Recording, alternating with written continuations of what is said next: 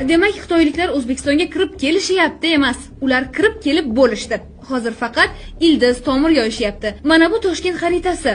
Qizil nuqtalar esa hozircha ko'zga ko'rinayotgan xitoyliklar qo'lidagi hududlarimiz. Askiya bozorni olishdi, Abu Sahini olishdi, mahallalarga joylashishdi. Shahar bo'ylab mehmonxona, magazin, market mahsulotlari uchun bir qancha joy ularga sotildi. Endi O'zbekiston bo'yicha qarasak, bu davlat xaritasi. Toshkentda sanadik bor, Navoiyda eng katta tillakon zavodlaridan biri ularga o'tdi. Bu bizning resurslarimiz, lekin endi uni Xitoy qazib olyapti. Farg'onada, ko'proq Qo'qonda deylik, o'z magazin, market, savdo majmualarini katta-katta qilib ochishyapti. U yerda ham bor.